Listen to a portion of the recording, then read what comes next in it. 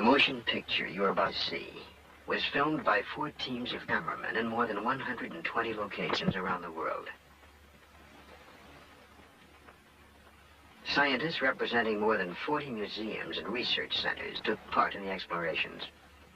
There are no actors in the film. Every location is real. The facts that will be presented are true. This may be the most startling and controversial film you'll ever see.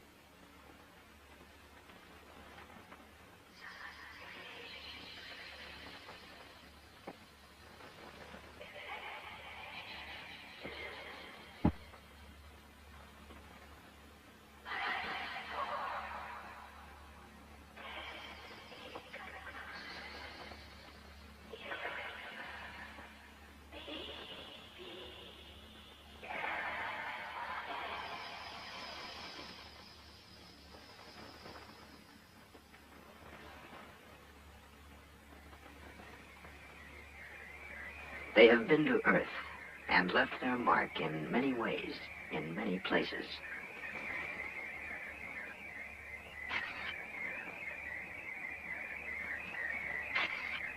Figures etched on the plain of Nazca tell a story of explorers from outer space. The secret of the story has been learned. The visitors have been here. They have been described in many ways by many men, from primitive drawings to detailed histories, since the beginning of man's stay on Earth until this day.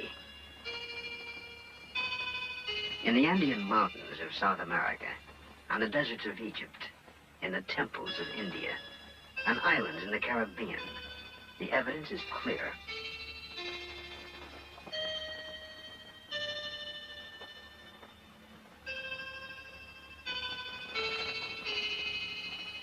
The record of visits dates back more than 500 centuries. The observations of the planet continue even today.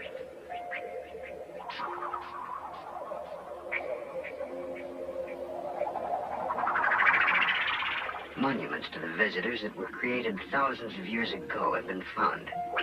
They are tributes to the gifts brought from outer space.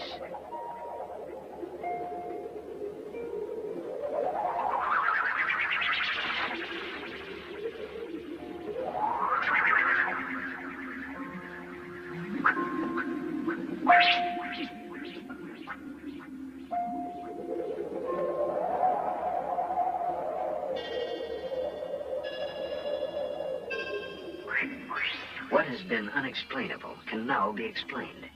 The brief glimpses of visitors provide a clue to their purpose and the reason for their coming.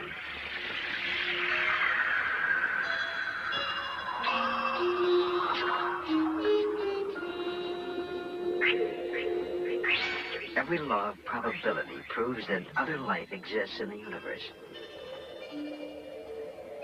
It is now possible to understand how life could have been transported to Earth from some distant planet. It is now possible to understand how we are connected to outer space.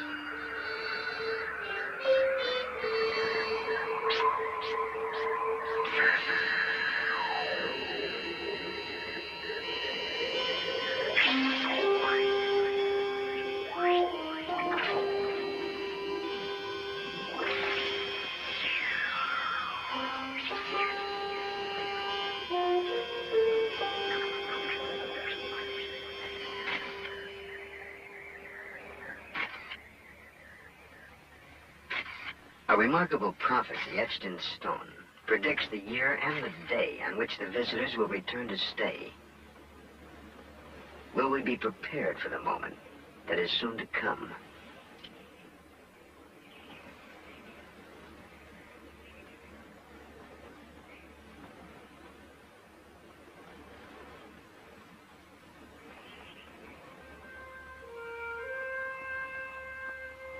To travel successfully in deep space, man would have to hold the secret of his most precious dream, immortality. Distances are so vast that the spark of light must burn for eons to assure the successful transport of life from one galaxy to another.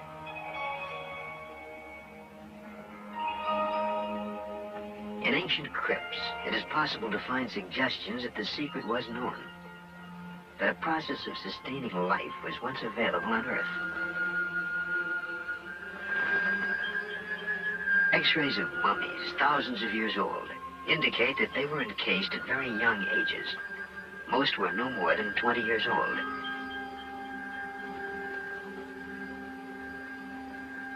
Strangely, the hand of one mummy still shows the traces of a fire that burns brightly in all living things, the Curlian aura.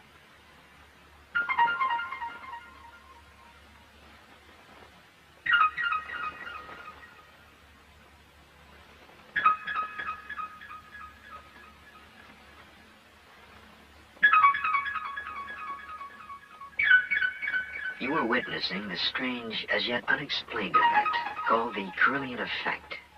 Its presence has been suspected for years. Only recently could the living spark be photographed.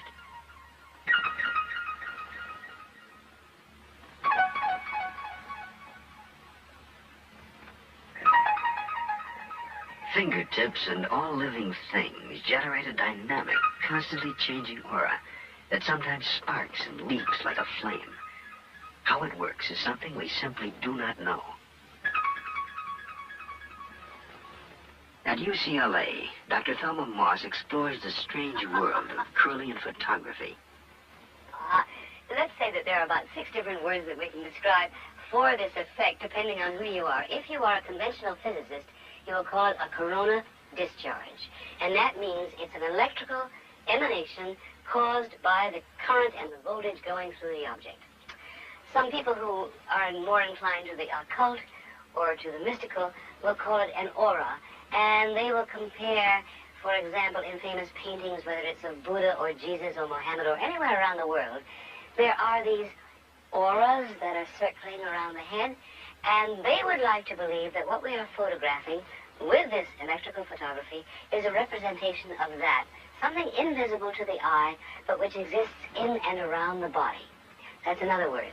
Then if you want to be sort of non-committal, as I prefer to be, I would call it an emanation or some outpouring of an energetic thing.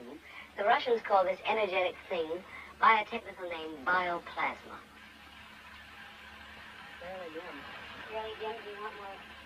Her laboratory is a sealed, light-proof chamber where the mysterious force can actually be seen.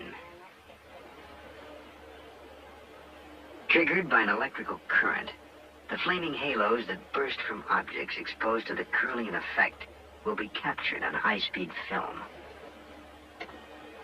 An ancient marine creature that died 450 million years ago displays the residue of an ancient life force. Oh, look at that. Isn't that fantastic?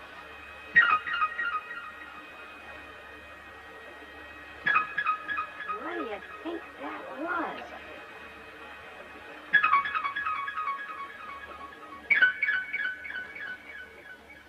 Okay, here's a very healthy and vigorous plant, and I'm going to take a leaf from it, and what I'm going to do here is cut off one good, healthy section of it like that. And when I do, I'm going to place it on the glass electrode here so that you can see very clearly where the leaf has been cut. Is that good for you, Clark, for framing? Okay. Now, when we turn on the Curlian apparatus, I think, hopefully, that we will see in outline the part of the leaf that has been cut away. We call that the phantom leaf effect.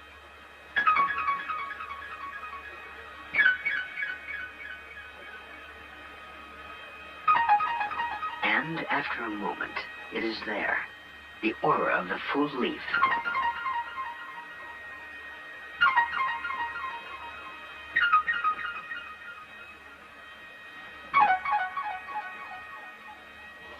Okay, I'll leave it for you. Would you step over on each side of that glass plate.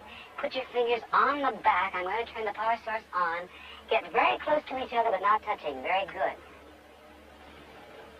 Now, do you feel that? Okay, fine. Does that feel comfortable for you? Good. Now, would you lean across to each other and start kissing? And please make it a passionate embrace, okay? Yeah, sure. Use hands. Use anything you can. Go to it. Fine. I think you can work up a little more enthusiasm. It looks to me as though maybe Arlene is having a little more fun than Fred. Can you get more into it, Fred?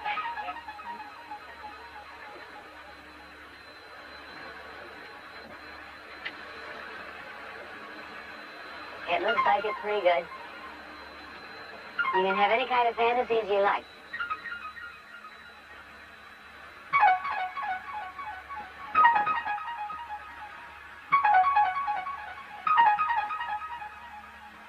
The life force responds to an emotional experience.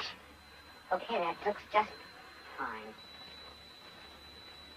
What is it we're looking at in Kirlian photography? And up to this moment in time, nobody knows. Whatever is seen in Kirlian is seemingly immortal and possibly universal.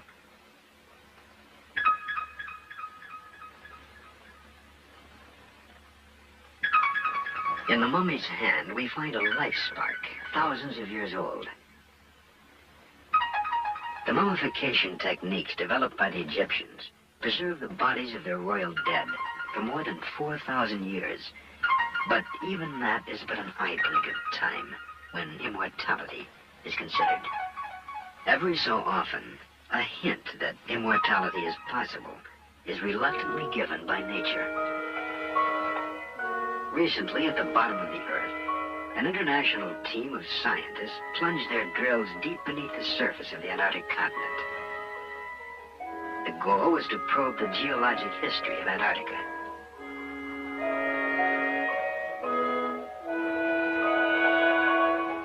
420 feet beneath the surface of McMurdo Station, Dr. Roy Cameron touched immortality.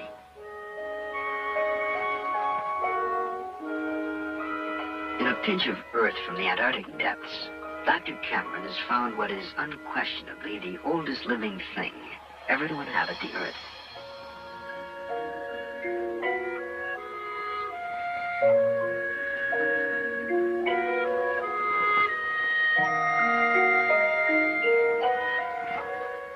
After spending millennia freeze-dried in the cold rocks of Antarctica, a colony of bacteria had reawakened in the warmth of the laboratory.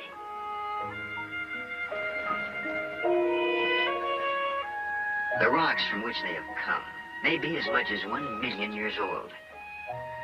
The ancient bacteria, never before seen by man, are once again growing and reproducing, 1 million years after they first came into existence.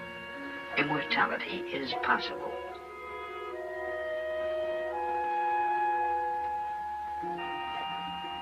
Immortality, or something resembling it, is necessary when we consider the vast distances of space that must be crossed to plant life elsewhere in the cosmos.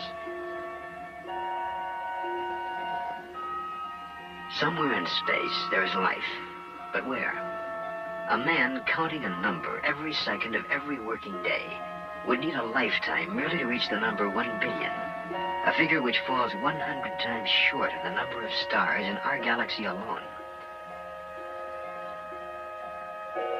Somewhere in space, there is a solar system like ours, where life exists. Perhaps it is in the constellation Epsilon Bautes, where a sun is dying, burning itself out.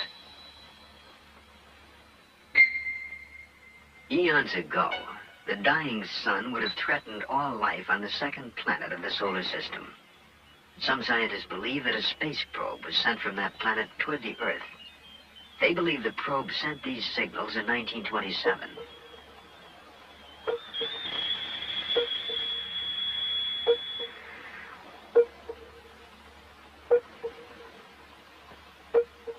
Duncan Lunan of the British Interplanetary Society has interpreted the signals as a message from the space probe, a message from a dying planet in Epsilon Bautes.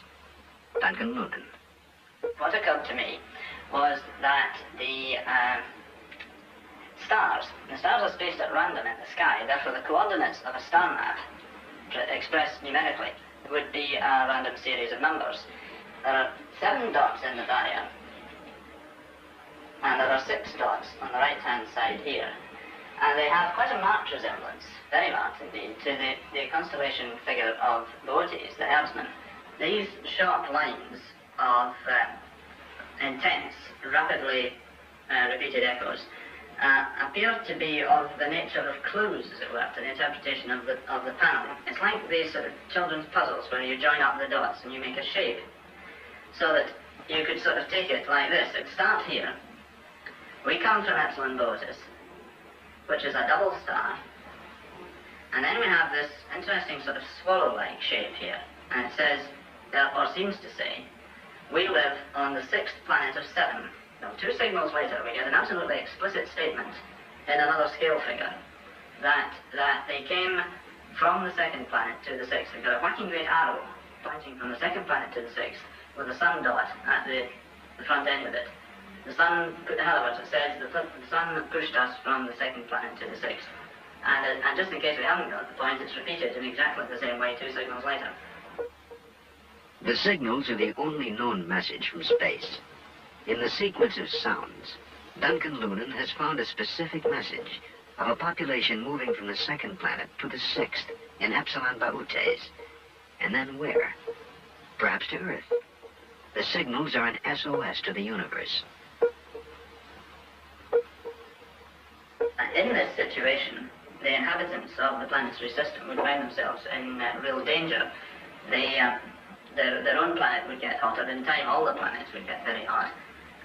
They would have, in other words, to perfect the first interplanetary and then interstellar travel in order to get away from the sun. So the probe then came to the Earth. It came to the solar system. It located the Earth. It came into orbit around the Earth, and it began looking for signals, intelligence signals from Earth that would indicate the presence of intelligence. If Duncan Lunan's interpretation of the signals is correct, a space probe is now traveling in our solar system, monitoring life on Earth. It may already have been seen by American astronauts. Gemini 7 here, Houston, how do you read? Last cleared. 7, go ahead. Bogey at 10 o'clock high. This is Houston. Say again, 7? Bogey at 10 o'clock high. Roger. Gemini Control here again. The reference in that conversation was bogey. It was Borman who reported sighting the bogey. This is Gemini Control in Houston at 4 hours, 24 minutes into the flight. Bogey is the code word for an unidentified aircraft. But a bogey in space is almost beyond belief. Or is it?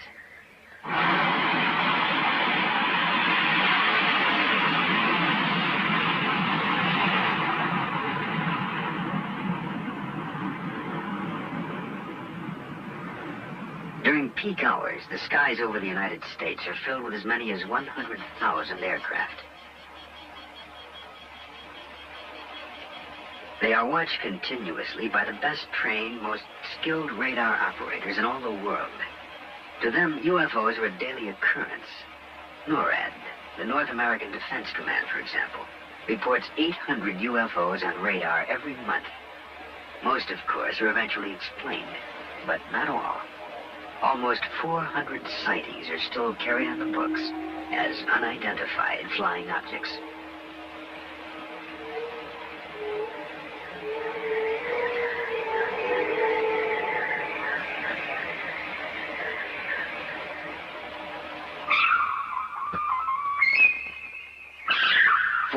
Reports of airborne objects which cannot be identified give a clear indication that the Earth is being monitored, watched by a presence from somewhere else in the universe.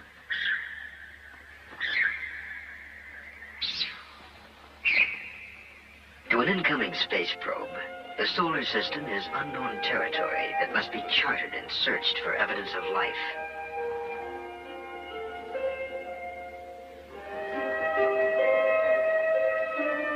Assume the technology of reaching thousands of miles per second had been accomplished, that the problems of acceleration and deceleration in space had been overcome. A probe would then enter the solar system from its most distant point, past Pluto, 3 billion miles from the sun, and lacking atmosphere, past Neptune and Uranus, too heavily laden with hydrogen and methane to support life. To ring Saturn, awesome, beautiful, protected by a band of asteroids, but with an atmosphere of helium, hydrogen, methane, and ammonia. Verdict, no life.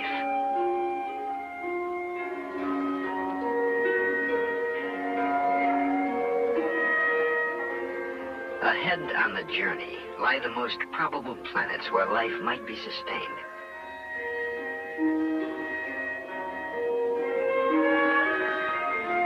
Banded Jupiter. Atmosphere, hydrogen, helium, methane, ammonia. No life.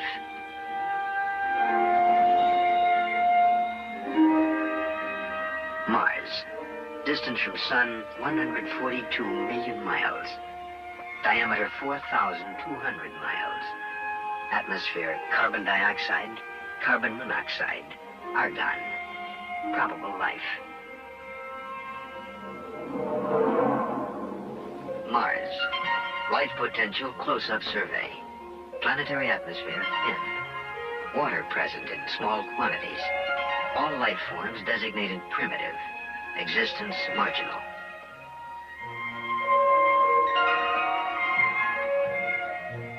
No life form on Mars is capable of sending electronic signals into space.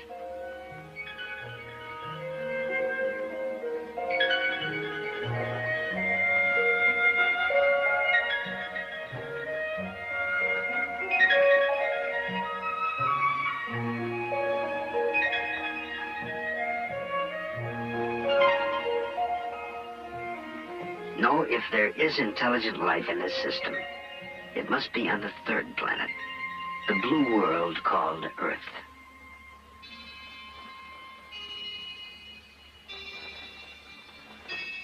The moon is a perfect vantage point from which to study the Earth. Only 250,000 miles away, the explorers could keep a close watch on the blue planet. The moon is now familiar territory after 6 successful manned landings. But our detailed knowledge is limited to 6 specific locations.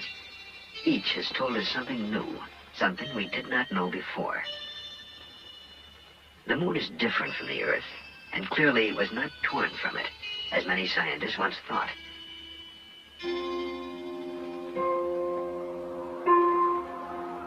We have found minerals in abundance on the moon, minerals that are extremely rare on Earth, yet they are vital to successful space voyages. Plans to mine them have already been drawn by NASA and private industry. One theory holds that explorers from outer space have already mined the moon, pulling from it such minerals as titanium, a metal essential to space technology. It is unfortunate that we can no longer afford to explore the lunar surface, for it is just barely possible that somewhere on the moon are the traces of previous explorers.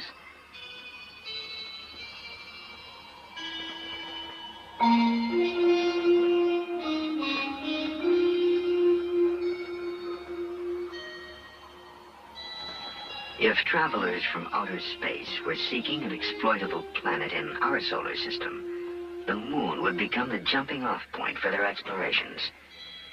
There are those who believe it has already happened. Duncan Lunan.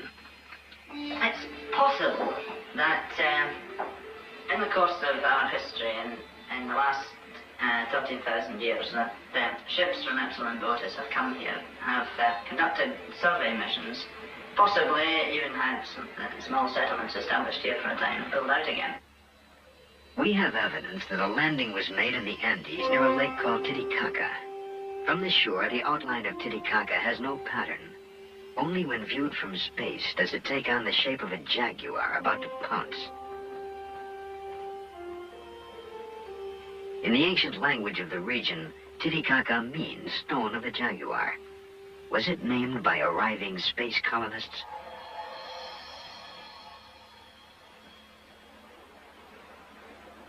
arid mesa called the Altiplano fringes Lake Titicaca. On the barren, windswept plain, the air is thin and corn does not grow. It is a harsh environment, yet there is reason to believe that here, long ago, Earth Base 1 was established. Earth Base 1, a starting point on a new world, a place to practice such advanced technologies as planetary and biological engineering. Most of the traces of Earth Base 1 have been obliterated. The Inca who dominated this part of the world erased the histories of the regions they conquered.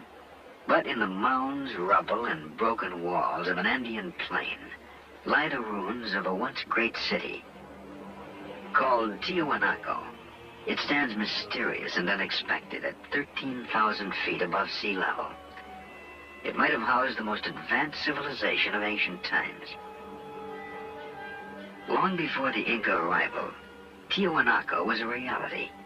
And the question arises, how much did the Inca take away in plunder, and how much in technology? The Inca did not build Tiwanaku, nor did the ancestors of Indians who now live on this desolate mountain plain. Despite years of study and analysis, scientists are still unable to date these ruins. Estimates of its age range from 1,200 to 15,000 years old. But 15,000 years ago, man was still using flint tools and had not yet developed agriculture.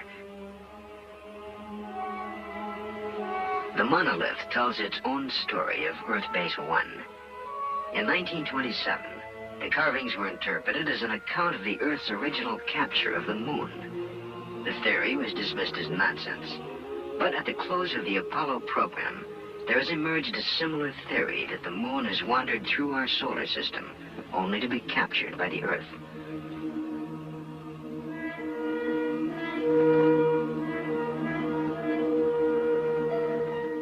Of all the mysteries at Tiwanaku, none looms quite as large as a monolithic archway called the Gate of the Sun. Cut from a single block of andesite, it weighs at least 10 tons. No one knows how it was transported or what tools were used to carve the mysterious figures that run across its face. For the carefully chiseled lines depict birds that never flew in the skies above the Earth. A record in stone that we cannot read, except for one intriguing feature, the eyes, which form a part of still another creature. Figures barely discernible, but nonetheless familiar to us as space-helmeted astronauts. No less mysterious are the eyes of the god atop the arch. 2 tears are deeply etched into his cheeks. And no one can say why the sun god of Tiwanaku weeps.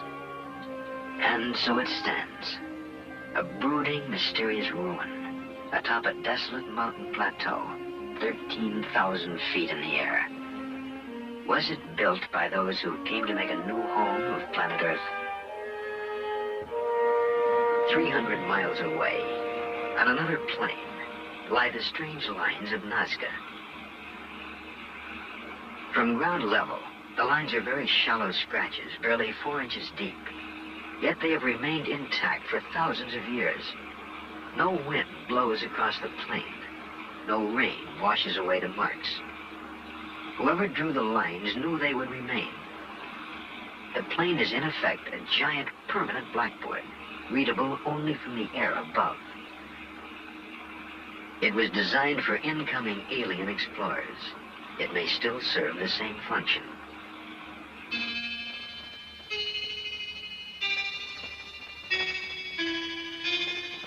April 15th, 1966. A television cameraman filming a commercial in a helicopter saw and filmed something that has still not been explained.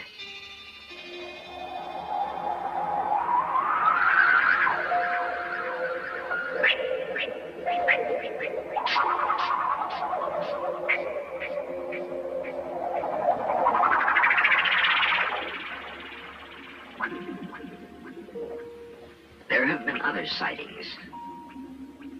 April 2nd, 1966. A Melbourne, Australia businessman photographed an object hovering in the sky.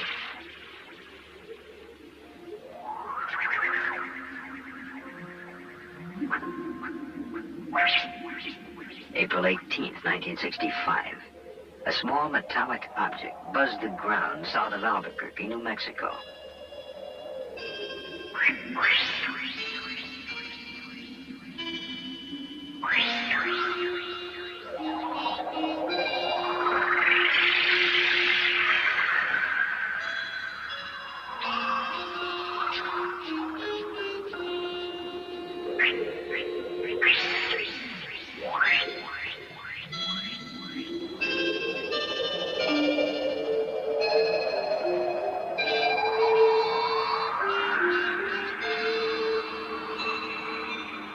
The lines at Nazca are only 4 inches deep, and yet they remain unblurred by the passage of 2,200 years. Nazca serves as a critical link between Earth and outer space. The lines are a route map pinpointing sites of mystery all over the world. One line pointing east leads to a remarkable unexplained artifact 300 miles away.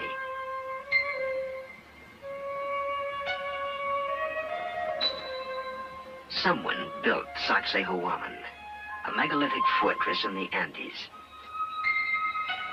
Who and why is a mystery.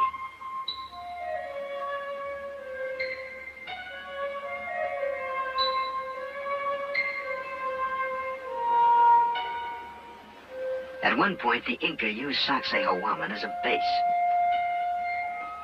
According to legend, Inca kings thrust their fists into the depths of the snake chiseled into the stone. From it, they received a special power. A compass needle thrust into that same snakehead will spin wildly, for the stone is heavily magnetized.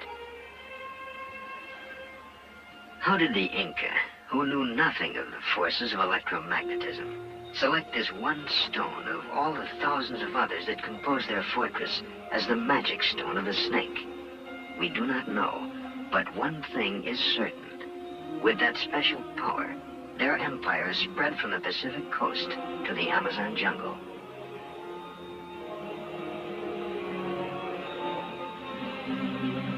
The Inca knew nothing of the wheel, and yet their roads are still in use today. They had no alphabet, yet we are asked to believe they developed an engineering technology that built structures such as this. Or did they? Were they creators or inheritors of a civilization transplanted to the Andes from somewhere else?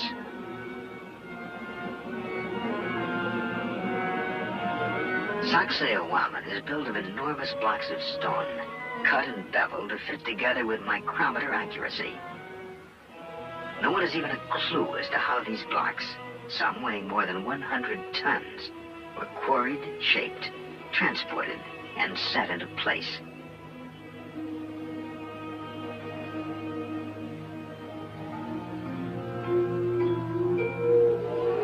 35 feet underwater, and 1,000 yards off the northern shore of the island of Bimini in the Caribbean, there is another wall.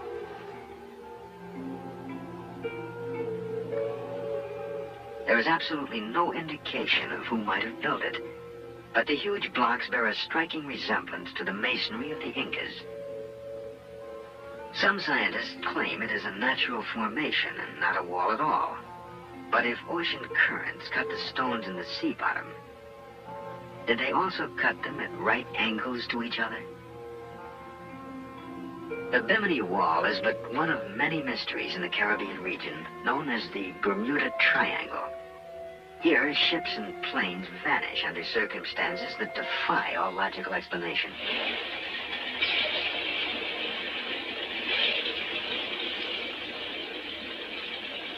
Just after the close of World War II, in December 1945, 5 Navy fighter planes vanished without a trace, leaving a mystery that remains unanswered today. Their disappearance has been the subject of a 25-year investigation by magazine reporter Art Ford. Well, a routine naval air patrol took off from the Fort Lauderdale Naval Air Station. 5 planes 14 crew members, 5 different radios. After the planes were in the air a few hours, they vanished. 5 radios did not give a coherent reason why they vanished. The men were never seen again. No wreckage of the planes was ever found. There was no radio contact after they were lost. A search plane went up after them with 13 men aboard, with every bit of equipment necessary to find them. It vanished within 7 minutes. Particularly significant in the case of the missing planes was the radio transmission report that remains in the record in the archives in Washington. Lieutenant Robert F. Cox was flying out to try to find Flight 19. He said on the radio, "What is your present altitude? I will fly south to meet you." And Taylor, who commanded Flight 19, replied, "Don't come after me." He was warning his fellow flyers who were trying to rescue the plane, which they thought was lost. And he said, "They look like they're from outer space. Don't come after them."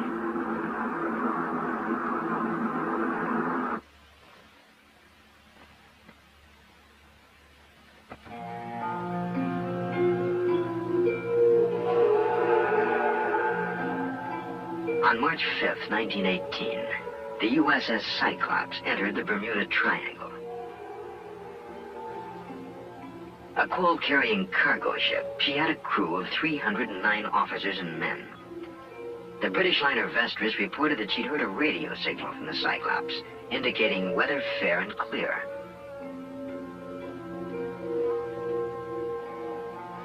The Cyclops was never seen or heard from again.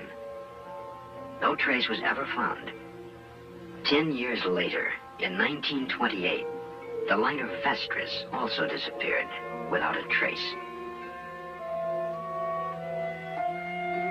Proteus, the sister ship of Cyclops, disappeared in the Bermuda Triangle between November 23rd and December 10th, 1941. She was carrying a cargo of bauxite. Like Cyclops, no trace was ever found.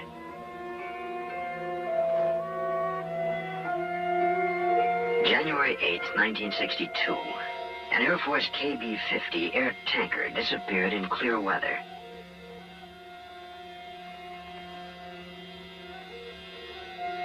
No trace of the plane or its 8 crewmen has ever been found.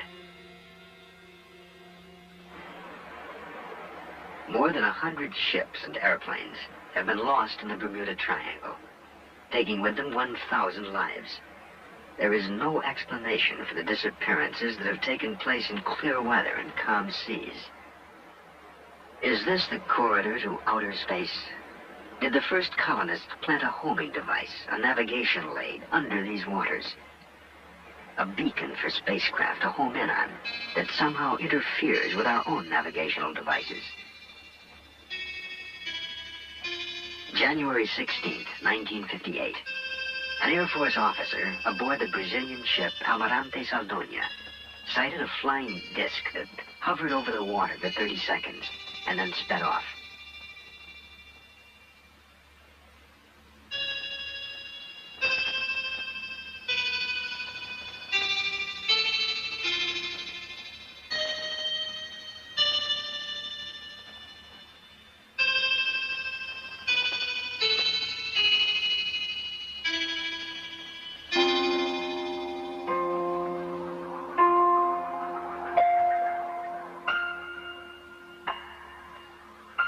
January 13th, 1967. A UFO was photographed as it dove and climbed above the Louisiana bayous.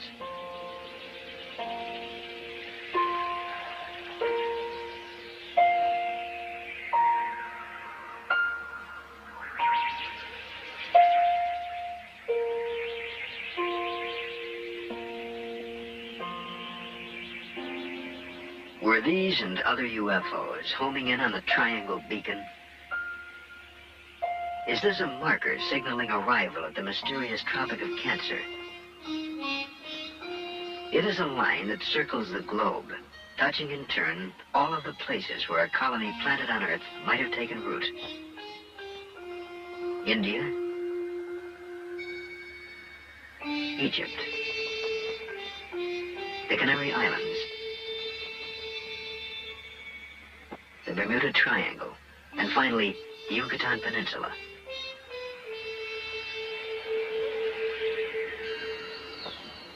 The deep jungles of Central America make an ideal hiding place for a colony cut off from its home planet.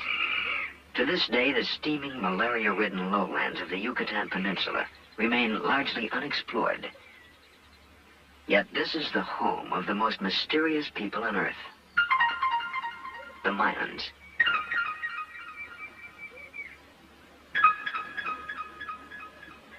We are asked to believe that the Mayans were simple farmers, but no logical reason exists for them to have planted crops on the most difficult of all land.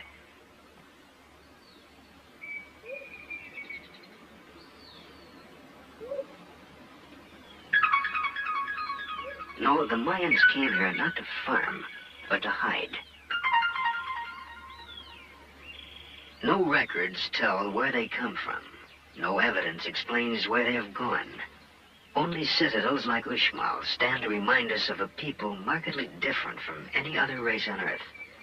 A brilliant civilization grew and flourished in absolute isolation, seeming fearful of contact with other people on Earth. Priests were the repository of all Mayan knowledge. They alone possessed a secret language, distinct from that used by the rest of the people. A language they brought from somewhere else and jealously preserved. There are many other indications that they are not of the Earth. We know of their advancements. They developed mathematics to a high art. They invented the figure 0.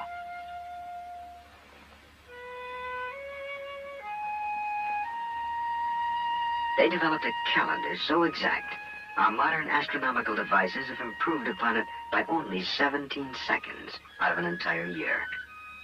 They also had a calendar which accurately measured a 260-day year, obviously not a year on Earth. Perhaps it is a year on the planet from which they came.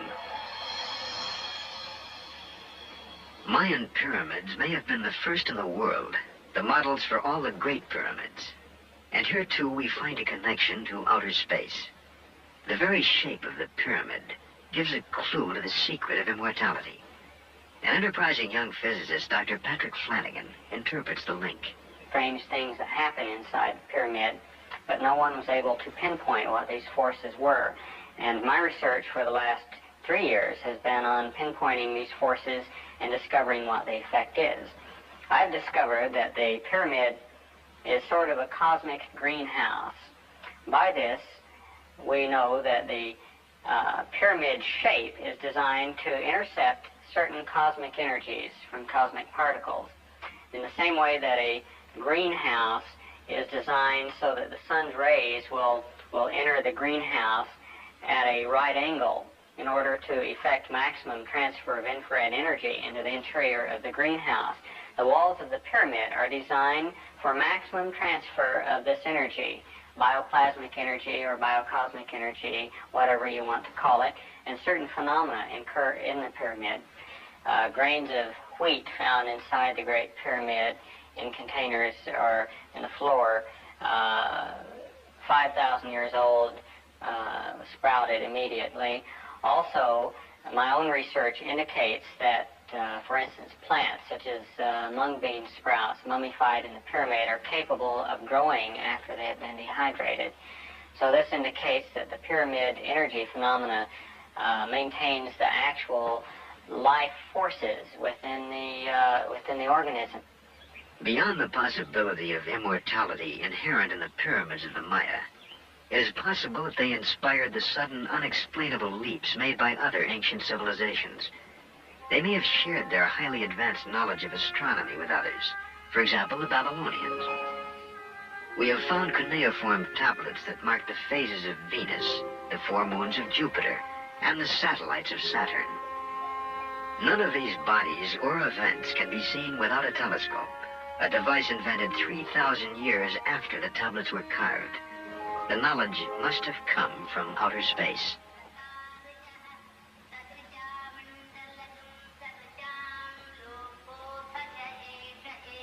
Throughout the world, there are references to interplanetary travel. To some scholars, the world's oldest source of wisdom is in India. This chant is part of a spoken encyclopedia called the Veda. It is at least 5,000 years old and may represent the oldest body of technical knowledge known to man. The references to space travel are direct.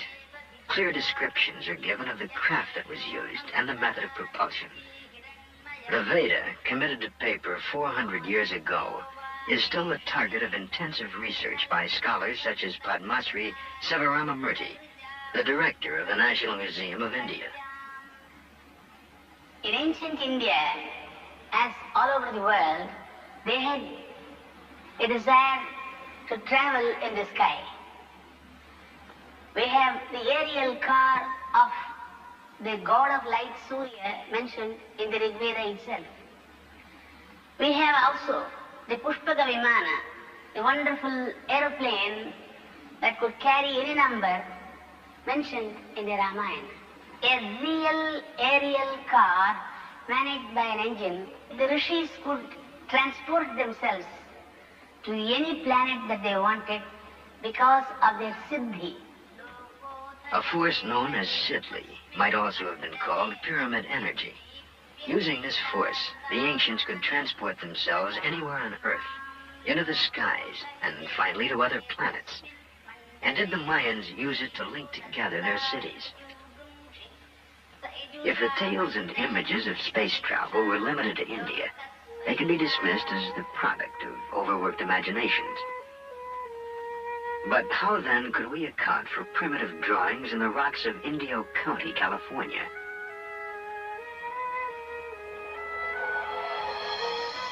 In the 20th century, we accept the existence of spacecraft. What event could possibly have inspired this 14,000-year-old drawing of a spaceship landing on the Earth? On a rocky plain in the Andes called Toro Muerto, hundreds of petroglyphs depict the same scene.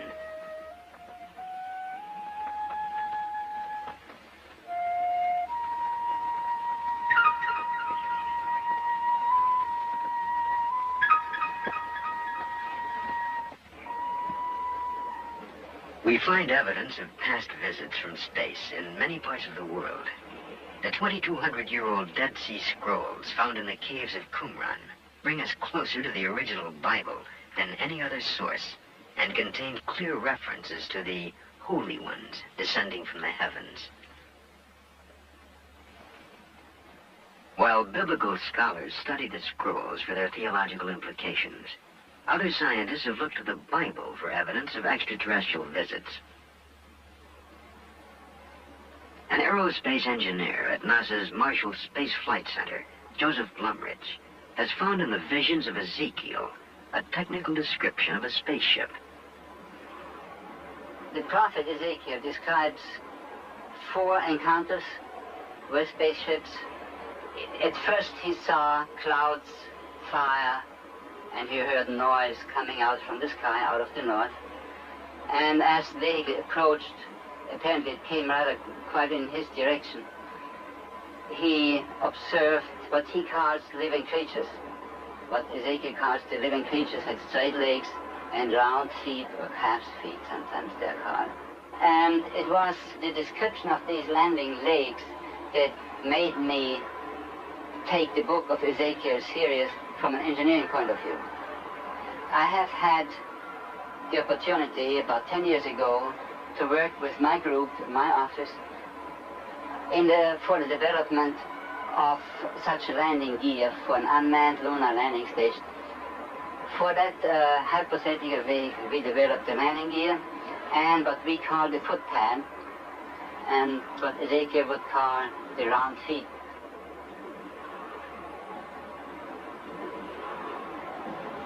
Translating Ezekiel into engineering terms, Mr. Blumrich had these artist sketches made of a landing vehicle supported by 4 helicopter units. One of the interesting examples of Ezekiel's ability to observe and to describe are the faces he sees on these living creatures. What they actually are is quite interesting. Some helicopters, in particular in this case this one, needs protection, just some hood around to protect them against dust or weather and so on. They may have the distinct appearance of faces.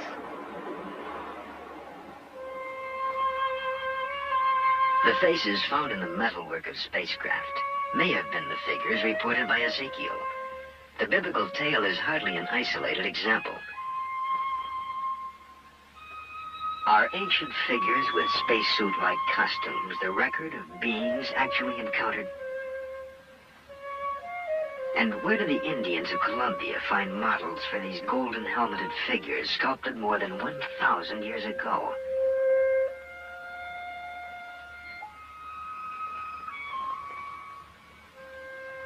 The same people molded these golden objects, which look startlingly like a modern delta-wing jet fighter plane.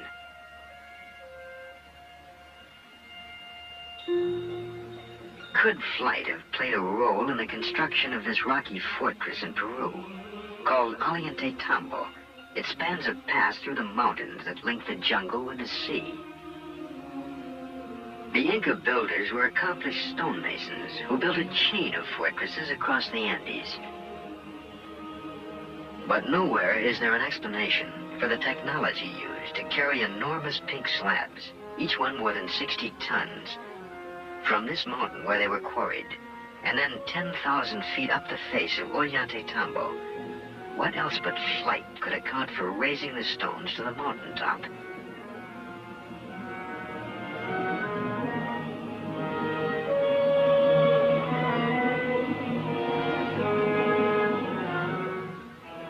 An iron pillar was forged 1,700 years ago in India.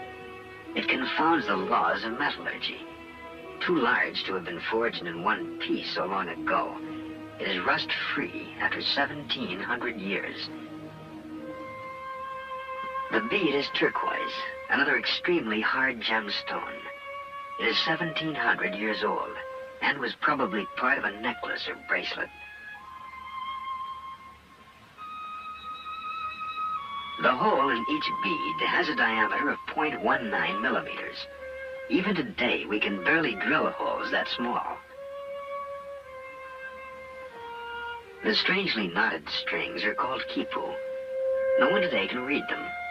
But when the Spaniards first came to Peru, the Inca kings would call upon their rememberers who would consult the quipu and account for every kernel of corn and man, woman, and child in the empire. But the quipu were more than a numerical accounting system, for with it an accomplished rememberer could call forth epic poems, historical dates, and events. The knots show how the decimal system was used in the quipu, but added to them were colored threads that offered subtle nuances and shades of meaning that are forever lost to us. So sophisticated was the quipu, however, that some investigators believe it was the Inca version of a computer punch card.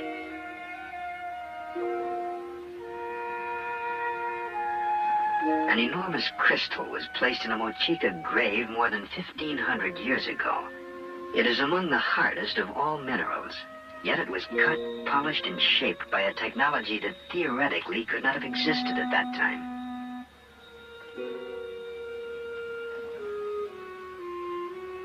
Other hands carved this skull. The British Museum calls it 15th century Aztec. But why would the Aztecs, who never created naturalistic art, suddenly render in crystal a skull? It is possible that the Mayan jungle strongholds provided the knowledge that advanced the civilization of all of the people on Earth. No matter where we look, we find evidence of their influence.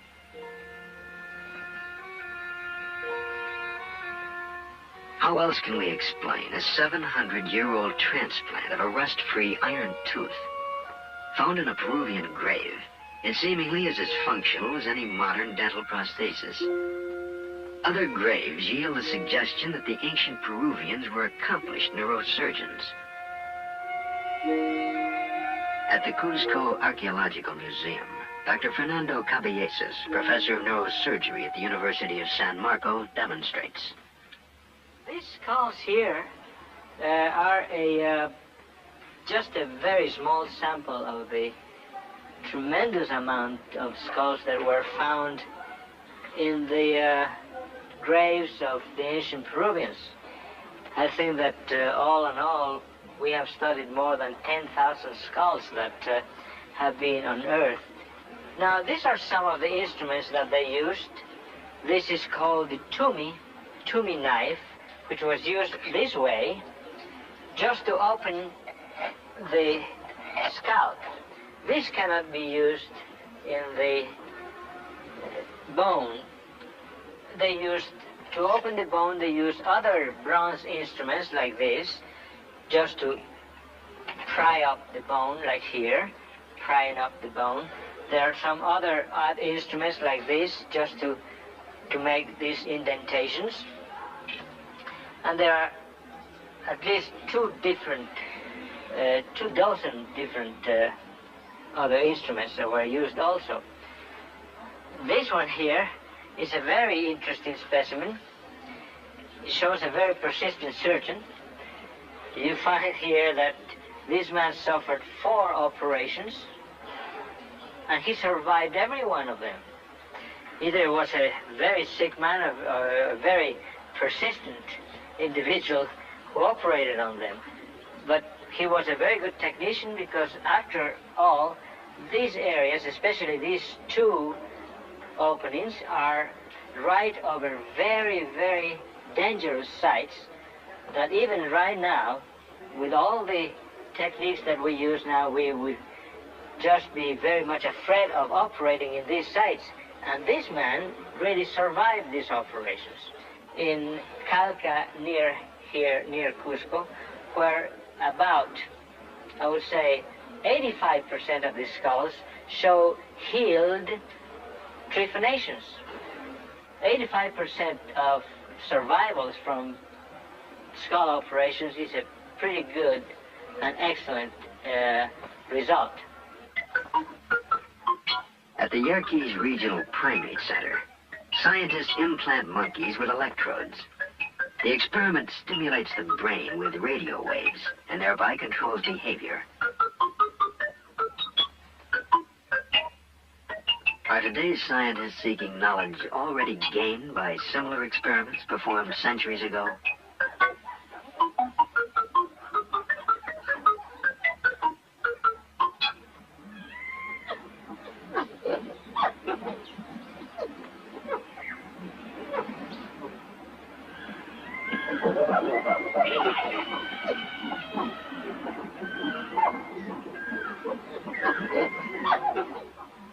The monkey house of any zoo provides us with a great deal of fun. But occasionally our laughter is accompanied by an uncomfortable feeling. We're not too different from the apes. With them we share common blood groups, a similar anatomy, and perhaps 1 billion or more years ago, a common ancestor.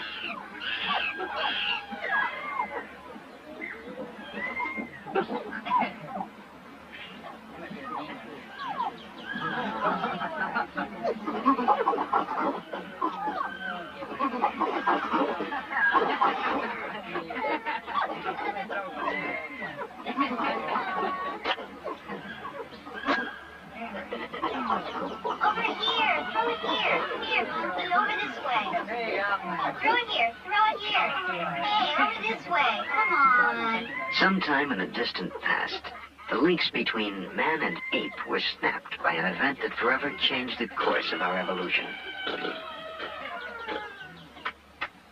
But no one knows exactly what took place.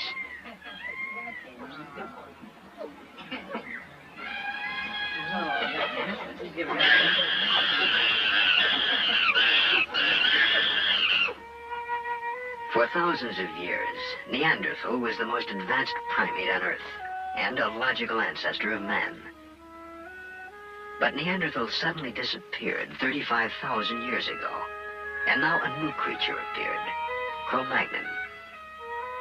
Suddenly, he began to walk the Earth. We are his descendants, and it is possible that he arrived from outer space.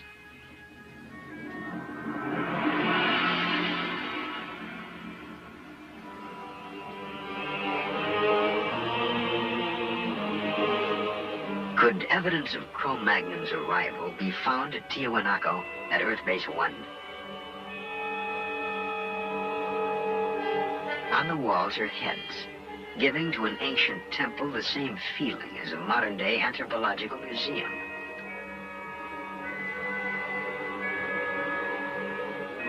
The faces show a bewildering variety of shapes and expressions. Some are familiar, others alien. A range that covers the racial spectrum of man. Are these, then, experimental designs for man?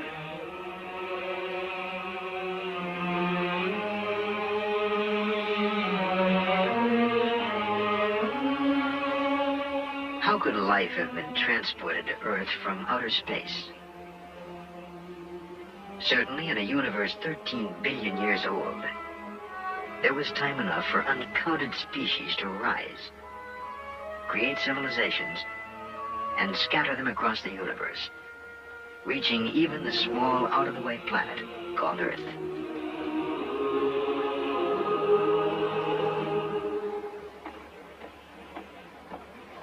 Dr. Leslie Orgel is a biologist at the Salk Institute in California. He and Nobel Prize winner Sir Francis Crick developed a theory of directed panspermia, the idea that life on Earth was sent here by a superior civilization. Dr. Orgel. In the 19th century, there were two theories about how life could have got to the Earth from outside. One theory, which was due to Lord Kelvin in England, said that life arrived as a spore carried on a meteorite. And the other theory, which was popularized by Arrhenius in Sweden, suggested that a spore could have been blown directly from a planet on another solar system all the way to the Earth. Now, in the last 10 or 20 years, it's become more and more clear that these theories just won't work, that a spore coming from outer space would be destroyed by radiation long before it got here, and a meteorite probably could never escape from another solar system. Now, directed panspermia is a sort of last attempt to resurrect the theory that life could have come here from elsewhere, and the notion is that maybe life was deliberately sent here by a technological society on some other planet, probably in our own galaxy.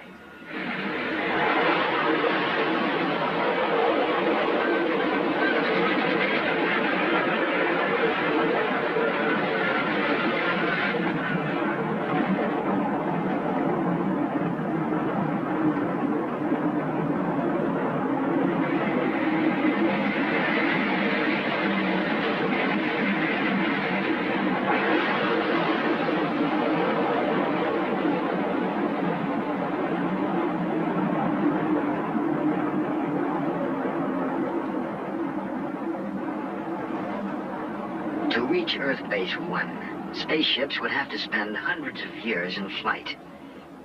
To transport and sustain life over such an extended time, space-traveling civilization would have to ship an entire colony of men across a galaxy in suspended animation. Did it happen in the past? Was this the secret of early space travelers? We now know how it might have been done.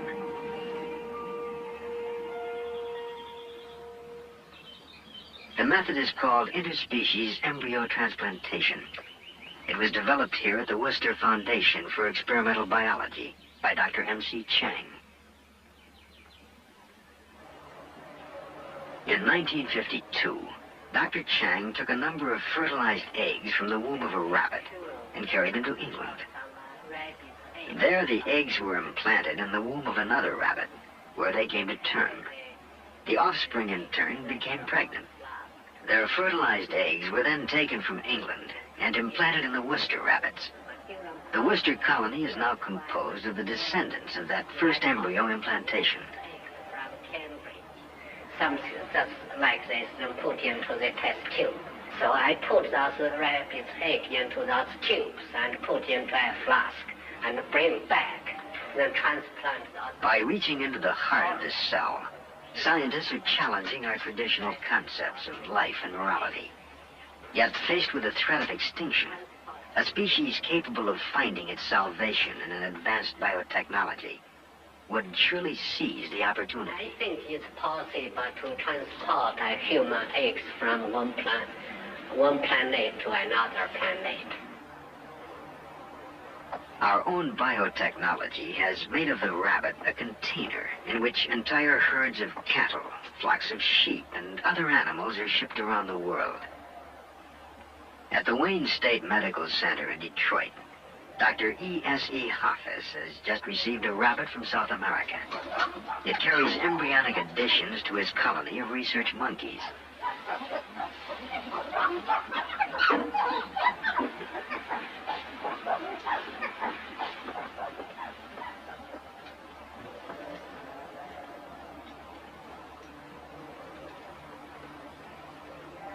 The idea of embryo transfer is to obtain large number of embryos from one species and ship them to another part of the world in an easy species like the rabbit.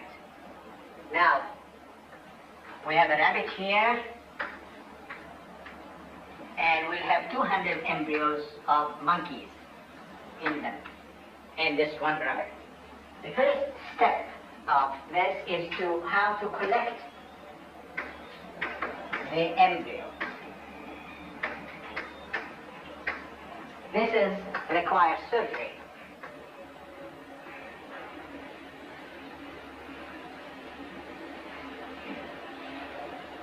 It's going in the lumen, which is very good. It's very good starting.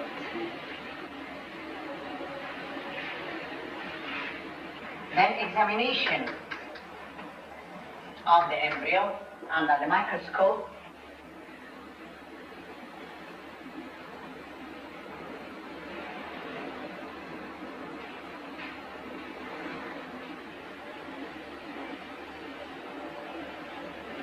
Then the transfer of the embryo into another species. And then we will go to the monkey and transplant the monkey embryos that were put in the rabbit into this monkey. I don't like to put any air bubbles inside at all, so just we'll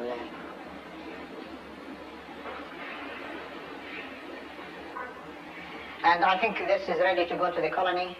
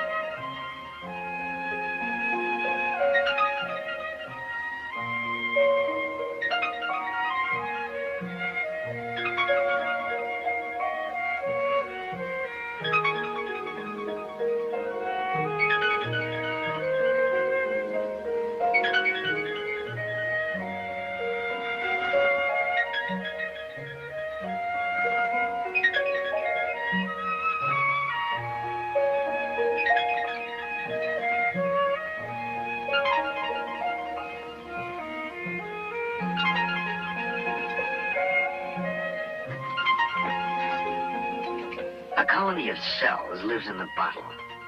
The red fluid in which they float is their food.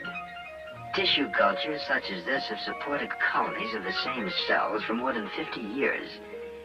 In the same manner, a colony of fertilized human eggs or embryos might be kept alive during a long journey between the stars. Periodically, several embryos would be implanted into female crew members, be born, grow, and take their place in the crew, caring for the embryo colony that would one day be planted on a new world, light years from their home planet. In just such a fashion, a rocket might have crossed the reaches of open space and brought to Earth an embryonic colony destined to become the ancestors of men.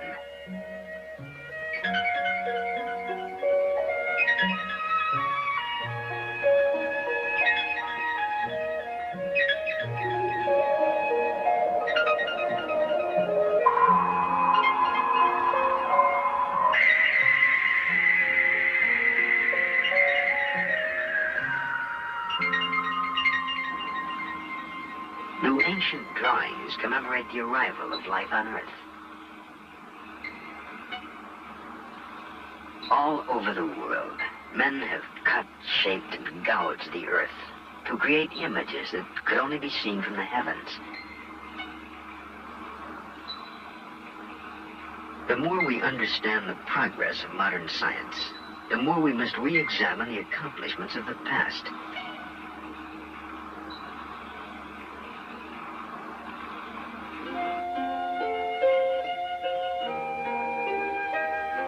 The ancient Egyptians built an incredible complex of temples that were in reality astronomical observatories.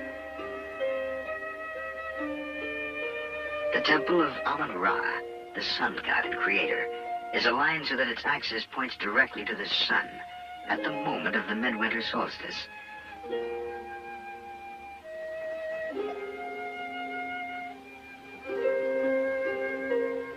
The temples of Mut and Khonsu, the consort of Ra, form an axis that points to the crescent moon that rises the day after the summer solstice. Egyptian astronomy was both practical and spiritual, for it allowed them to predict the annual flooding of the Nile and thus know when to plant their crops. But more important, the temple lines could be followed directly to the sun, the source of immortality. To the ancient Egyptians, death was but a doorway that led from a life of insignificance to eternal life. And so the Egyptian pharaohs crossed from Karnak on the east bank of the Nile, where the living dwelled, to the west bank, where they entered the city of the dead. Once within the city of the dead, the pharaoh was prepared for a journey into space.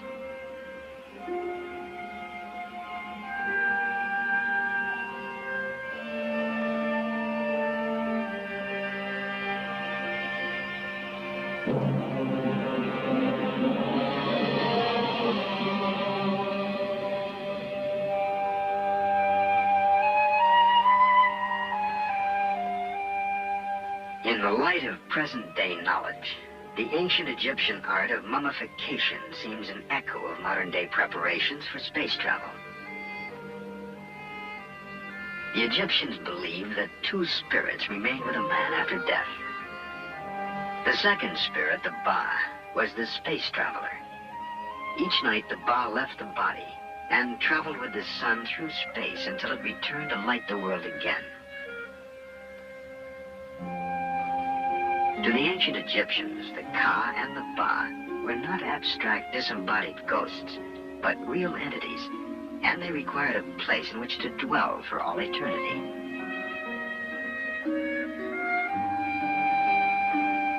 The burial tombs of the pharaohs were therefore far more elaborate and more richly decorated than any of the palaces in which they reigned during life.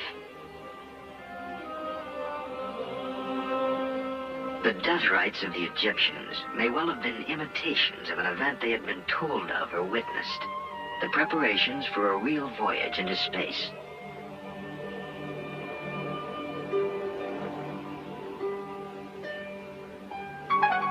The pyramids were more than mere tombs for the dead.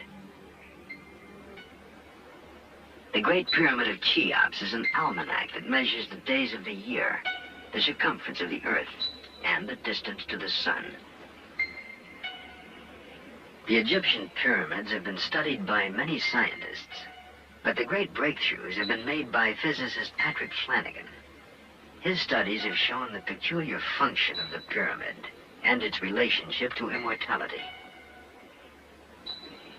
It's very possible that the Great Pyramid of Giza was constructed by a race of scientists having far superior knowledge to our own.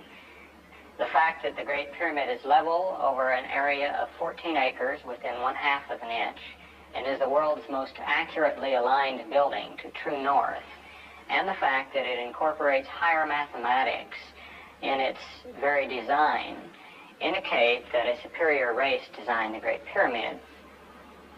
Now, when we ask why, is there a possibility, for instance, that the Great Pyramid is some kind of space beacon? Well, this may be very possible, that the Great Pyramid is some kind of beacon, homing beacon for spaceships. This possibility exists due to the fact that even with our most powerful radio telescopes, we've been unable to detect any kind of communications going on in outer space. And yet UFO sightings indicate that there is activity in outer space. Therefore, the UFOs must be using another form of energy to communicate by. And it's very possible that the energy phenomena associated with the pyramid is the energy used for communications by UFOs.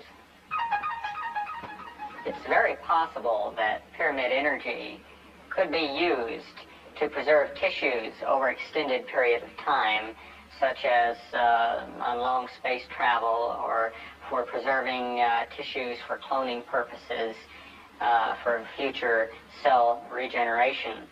The pyramid's phenomenal ability, or the pyramid energy ability to mummify food so completely with no destruction of the tissue, indicates that it would be a very valuable natural source of preservative energy for cloning purposes, or for preserving anything, any cell structures for an extended period of time. And so for thousands of years, the mummified body tissues of the pharaohs rested near the pyramids, along with an exact record of every day spent on Earth. Detailed diaries. Why? Had Egyptian priests been told that reincarnation of a body was possible if its cells were preserved? The diary would then serve as a coded memory for a new body. Immortality would then depend on the pyramid's shape, a form whose beginnings are seen at Earth Base 1. At Tiahuanaco, Earth Base 1, a mound of dirt covers the foundation of an enormous pyramid, more than 15,000 years old. At virtually every site of ancient mysteries, a pyramid can be found. In Teotihuacan, a Mayan stronghold, there stands another perfectly aligned pyramid. More than a storehouse of mathematical data, it concentrates biocosmic energy, a force that the Mayans may have used to create infinite life. Today's science is just beginning to understand how it can be utilized.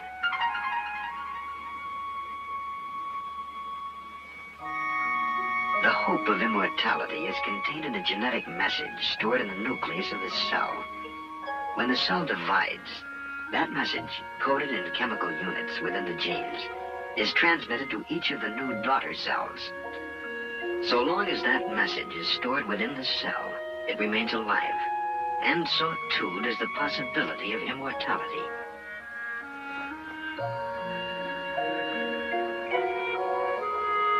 In the life cycle of the axolotl, a prehistoric-seeming creature named for the Aztec god of death and resurrection, scientists have found a form of immortality. At the University of Indiana, Dr. Janice Brothers uses the cells of one axolotl to create others, exact duplicates that are in every respect identical to the cell donors. The process is called cloning, and it makes theoretically possible the creation of an army of identical creatures with exactly the same physical and genetic features and capabilities. Eggs are collected from a white axolotl.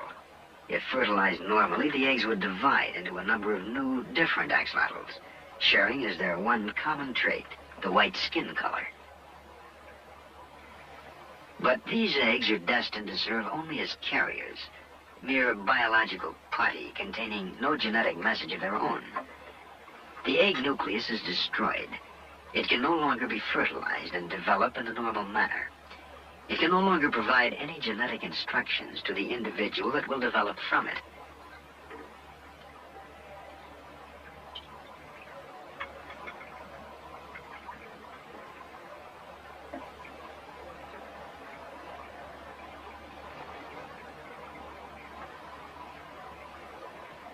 A spotted axolotl embryo becomes the cell donor.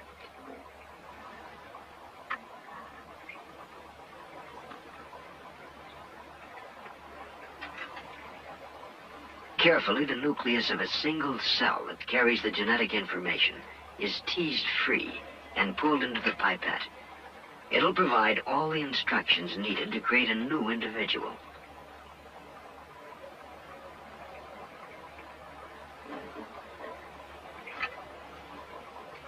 The nucleus is inserted into the unfertilized egg.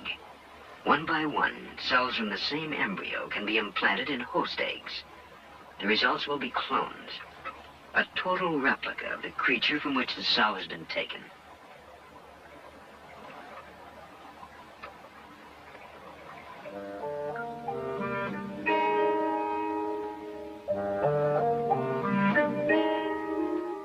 Each of the eggs carries the same genetic instructions and will develop into carbon copies of each other, clones of identical axolotls.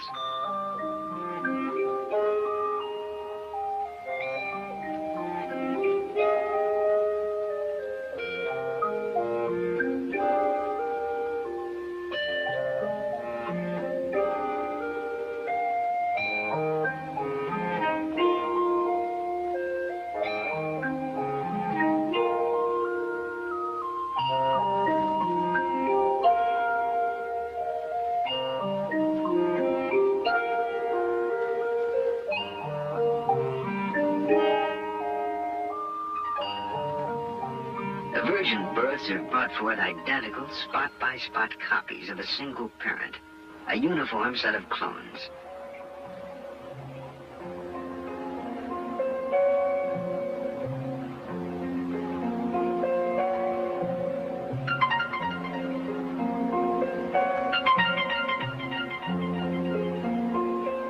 Full-grown, each axolotl looms like the prehistoric monsters that roamed the Earth during the age of the dinosaurs. But these creatures are so far removed from that time as to be of another world, for they are clones, exact copies of each other.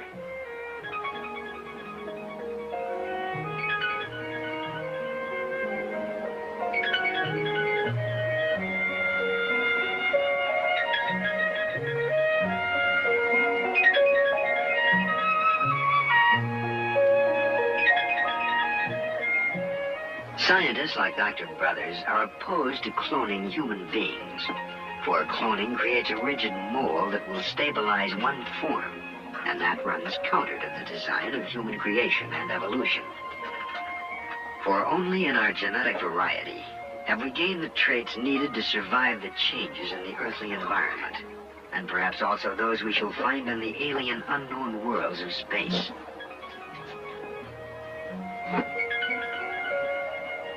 The clone is a biological wonder that may one day enable us to reproduce exact copies of animals and plants needed to perform as yet unknown tasks in an uncertain future.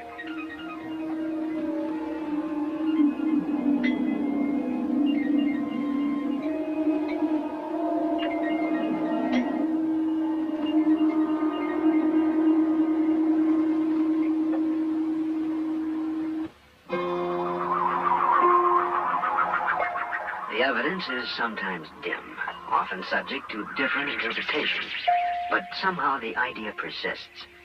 The Earth has been visited before and will be again. The question remains, how will we communicate with the visitors?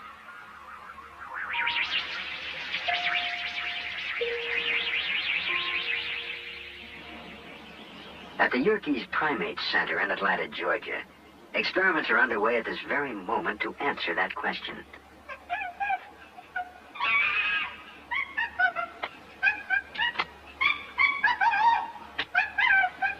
This is Lana. She lives in a plastic cage with a computer.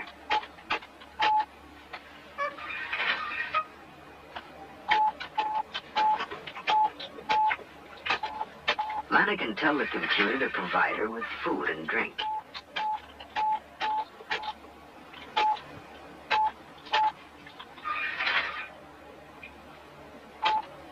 The symbols are abstract, not pictures of real objects.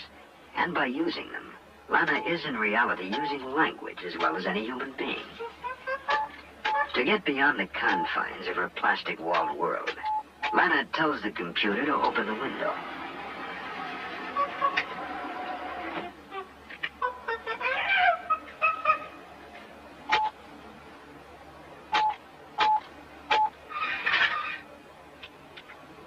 She orders the computer to display motion pictures and slides for her own amusement.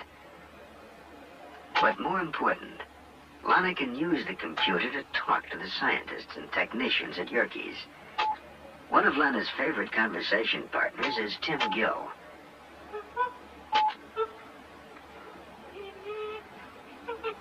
Tim has a computer panel just outside Lana's room. They talk to each other through the computer.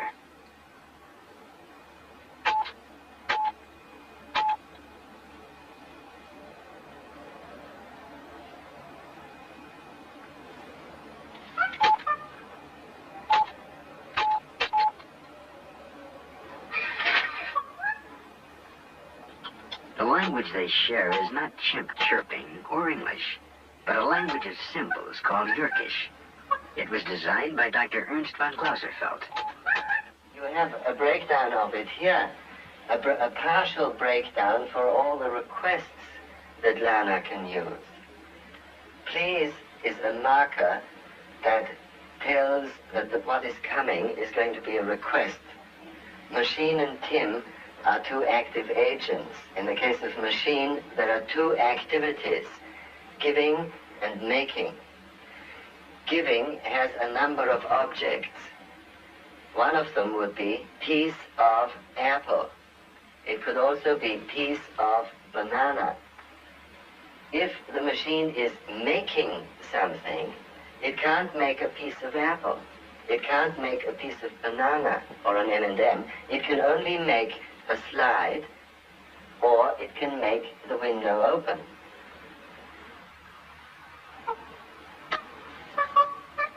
Lana forms perfect sentences that communicate specific ideas. She has language in common with Tim. The experiment is not as sterile as it looks. Tim and Lana have developed a close relationship. Can Tim visit Lana, he asks.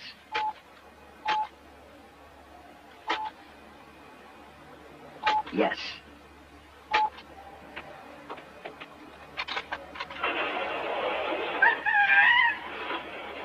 Much of Tim and Lana's friendship is based upon proper social behavior. Proper, that is, in chimpanzee society. And so Tim asks, can Tim groom Lana?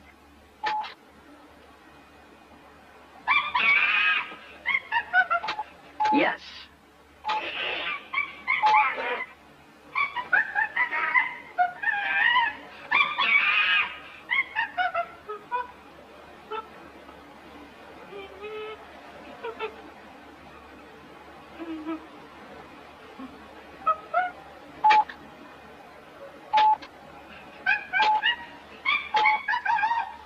Will Lana groom Tim? Of course.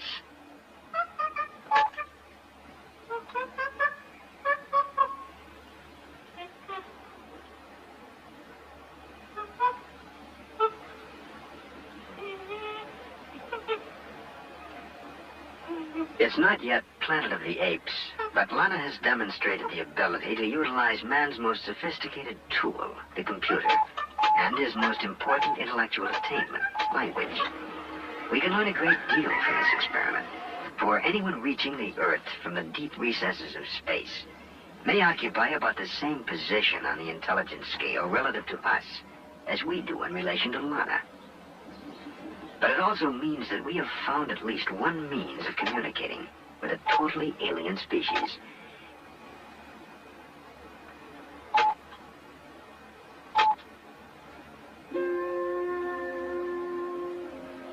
A language of symbols carved thousands of years ago is still being deciphered. We know the Mayans left a calendar, one that stretches back more than 90 million years, long before civilized man roamed the Earth, and forward in time to a day that will mark the close of a crucial cycle.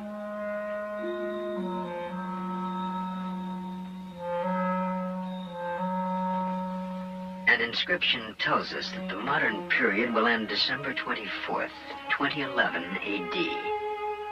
We may presume that they were computing the length of a space voyage and marking the exact date of return. They may return to seek the fate of the colony left on Earth. Perhaps at Uxmal they will find answers we have never been able to divine. This was one of the last bastions of Mayan society, and here a carving is found unlike any other in Mayan lore. Clearly a skull and crossed bones. According to legend, it is the Death House, and nearby is another structure marked by a procession of turtles, the Mayan symbol for a long life. Did the final experiments at cloning take place here, near the Great Pyramid of Uxmal? December 24th, Christmas Eve, 2011 AD. On that day, they may return to seek the fate of the colony left on Earth. Perhaps they will settle in the jungle of Uxmal, where, according to legend, Mayan priests talk to their gods through a black, shiny, glass-like rock, an ancient description of a television receiver. We know now how they transported the colony to Earth and what they might have left behind. We have only to learn why they are coming back.